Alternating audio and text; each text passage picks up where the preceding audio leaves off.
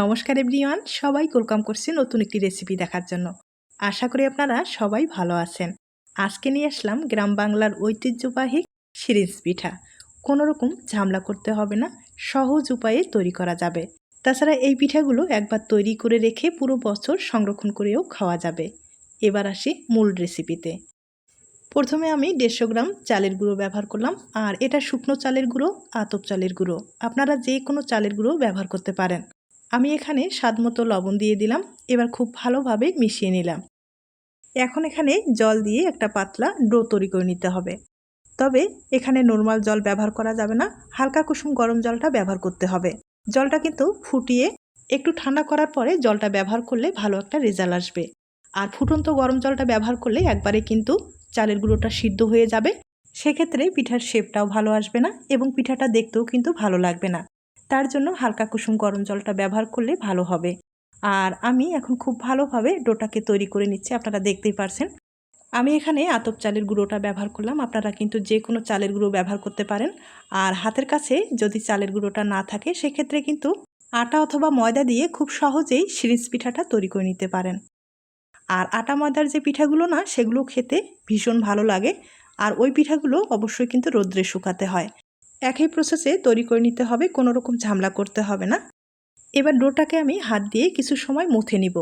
একবারে ফোমের মতো করে তৈরি করলে না, পিঠাগুলো যখন তেলে ভাজবেন ফুলে ডবল হয়ে যাবে। তাছাড়া মুখে দিলেই মিলিয়ে যাবে, সেরকম ধরনের পিঠা তৈরি হবে। আর যদি ডোটা আপনারা ভালোভাবে মথে না নেন সেক্ষেত্রে কিন্তু পিঠাগুলো শক্ত হয়ে যাবে, খেতে ভালো লাগবে না। তাই একটু সময় নিয়ে ভালোভাবে মথে নিতে হবে।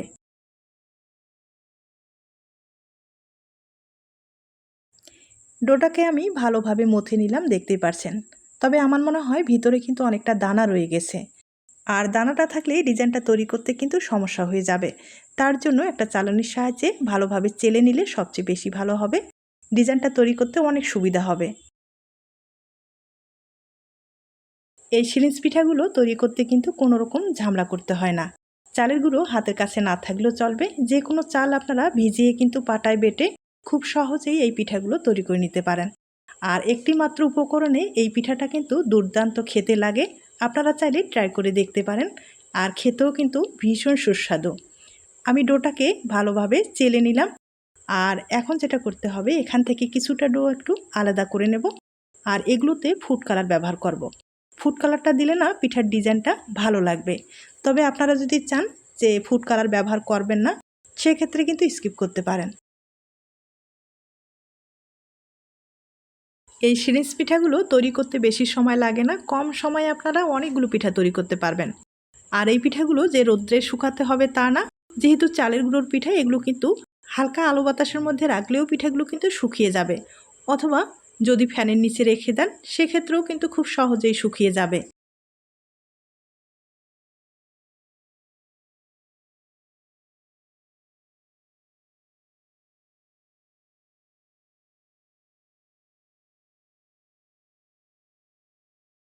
ডোগুলো সব রেডি করে নিলাম। এবার পিঠার ডিজাইনটা তৈরি করে আপনাদের দেখিয়ে দিচ্ছি। প্রথমে কিন্তু একটু এঁকে নিব, তাহলে পিঠার ডিজাইনটা আঁকা বাঁকা হবে না। প্রত্যেকটা পিঠা কিন্তু সমান হবে, পিঠাটা দেখতেও ভালো লাগবে। তাই আপনারা কিন্তু এই প্রসেসটা ব্যবহার করতে পারেন।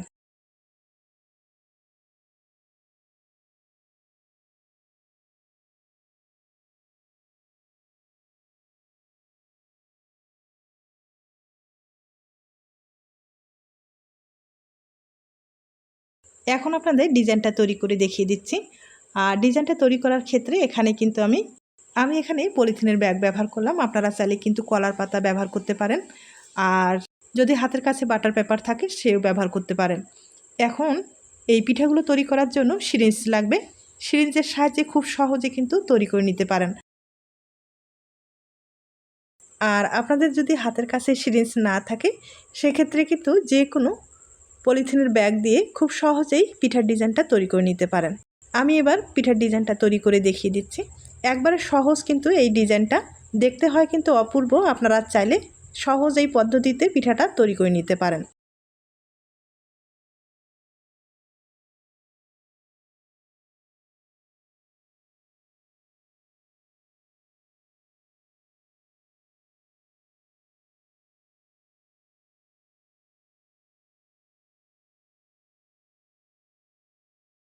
এই সিরিজ পিঠাটা পাট পাট করে এভাবে কিন্তু ডিজাইনটা তৈরি করে নিতে হবে। আপনারা চাইলে পুরো সাদাটাও ব্যবহার করতে পারেন, তবে সামান্য কালার ব্যবহার করলে পিঠাটা বা পিঠার ডিজাইনটা দেখতে ভালো লাগবে। আর দেখতেই পাচ্ছেন এতটা সহজ যে পিঠার ডিজাইন, আমার মনে হয় এর চেয়ে সহজ আর পিঠার ডিজাইন হয় না। আপনারা চাইলে কম সময়ে এই পিঠাগুলো বানিয়ে নিতে পারেন।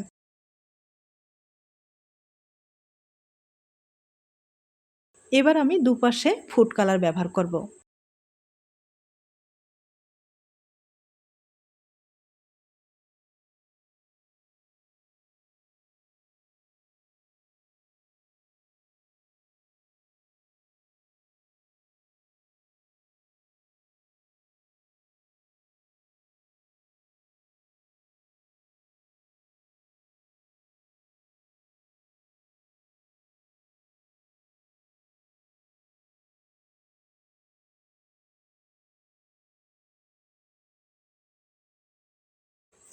দেখতেই পেলেন পিঠাটা কিন্তু আমি তৈরি করে নিলাম, আর দেখতে কিন্তু অপূর্ব হয়েছে। আপনাদের কাছে কেমন লেগেছে জানি না।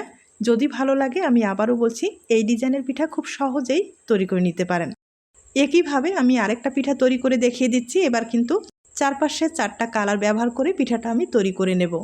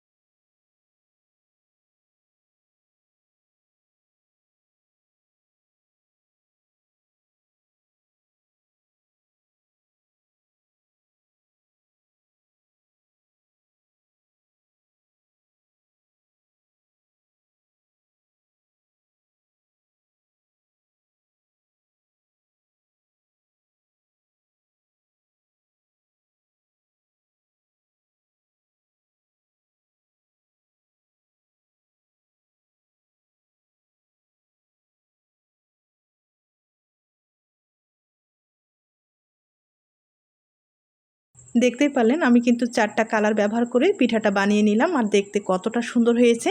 আপনাদের যদি পছন্দ হয়ে থাকে আমি আবারও বলছি, অবশ্যই বাড়িতে ট্রাই করে দেখুন। আর পিঠার মাঝখানে আমি কিন্তু একটা কলম দিয়ে সামান্য একটু ডিজাইন তৈরি করে নিলাম। যদি আপনাদের পছন্দ হয় দিয়ে দেবেন, না হলে কিন্তু এভাবে রেখে দিতে পারেন। এবার পিঠাগুলো ভাপিয়ে নিতে হবে। আর এই পিঠাগুলো এতটাই হালকা, ভাপ দিতে কিন্তু বেশি সময় লাগবে না। হয়তোবা 30 সেকেন্ড বা 40 সেকেন্ডের মতো ভাপিয়ে নিলেই হয়ে যাবে। আমি 30 সেকেন্ডের মতো ভাপিয়ে নিলাম। একটা পিঠা ভাপানো হয়ে গেছে, দেখতে পাচ্ছেন। একইভাবে আমি আরেকটা ভাপিয়ে দেখিয়ে দিচ্ছি।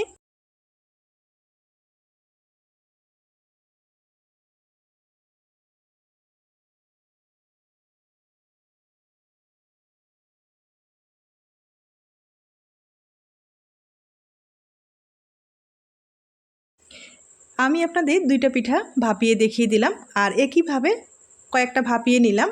বাকি কিন্তু এখনও অনেক কয়েকটাই রয়েছে, পরে ভাপিয়ে নেব। আর ভাপানোর পরে আপনারা হয়তোবা দেখেই বুঝতে পেরেছেন পিঠাগুলো কতটা সুন্দর হয়েছে, আর পলিথিন থেকে কত সহজভাবে পিঠাগুলো কিন্তু উঠে আসছে। একটাও আঁকা বাঁকা হয়নি, ডিজাইনটাও কিন্তু অপূর্ব হয়েছে।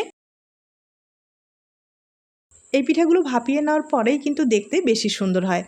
আর এগুলো যখন শুকানো হবে, শুকানোর পরেও কিন্তু পিঠাটা দেখতে বেশি ভালো হবে। তবে হ্যাঁ, আপনাদের যদি রোদ্রের ব্যবস্থা থাকে সেক্ষেত্রে কিন্তু রোদ্রে শুকিয়ে নিতে পারেন। আর পুরোপুরি যদি আপনারা রোদ্রে শুকান সেক্ষেত্রে পিঠাটা কিন্তু ভাঁজ হয়ে যাবে।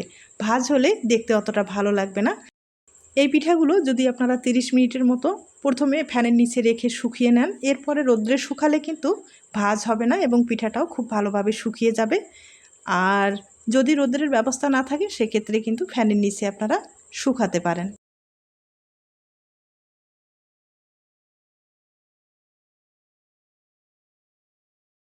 দেখতেই পারছেন প্রত্যেকটা পিঠাই কিন্তু খুব সুন্দর হয়েছে, কোনো রকম আঁকা বাঁকা হয়নি।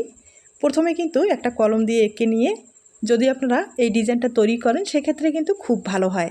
আমি পিঠাগুলো ফ্যানের নিচে রেখে শুকিয়ে নিলাম। শুকানোর পরে আপনাদের কয়েকটা ভেজে দেখিয়ে দেবো, আর বাদবাকি যেটা থাকবে সংরক্ষণ করা যাবে। আর এই পিঠাগুলো না হালকা আছে ভেজে নিতে হবে। দেখতেই পারছেন সামান্য তেলে পিঠাটা কত বড় ফুলে উঠেছে, দেখতেই পারছেন। আর এভাবে ভেজে নিতে হবে, তবে বেশি আছে ভাজলে পিঠাটা কিন্তু পুড়ে যাবে। এতটাই হালকা, আর লালচে হয়ে গেলে পিঠাটা কিন্তু খেতেও ভালো লাগবে না বা দেখতেও ভালো লাগবে না।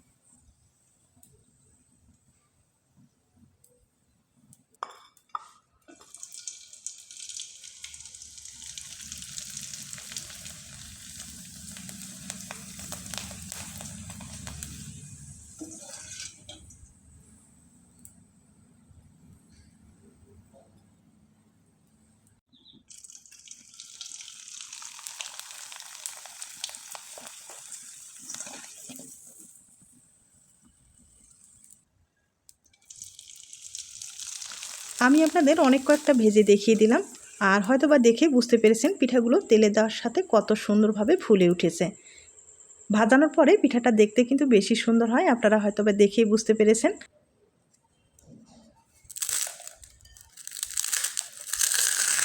যদি আপনারা মিষ্টিটা পছন্দ করেন সেক্ষেত্রে কিন্তু একটু গুড়ের শিরা অথবা চিনির শিরা ব্যবহার করে পিঠাটাকে খেতে পারেন, অথবা শুধুও খেতে পারেন।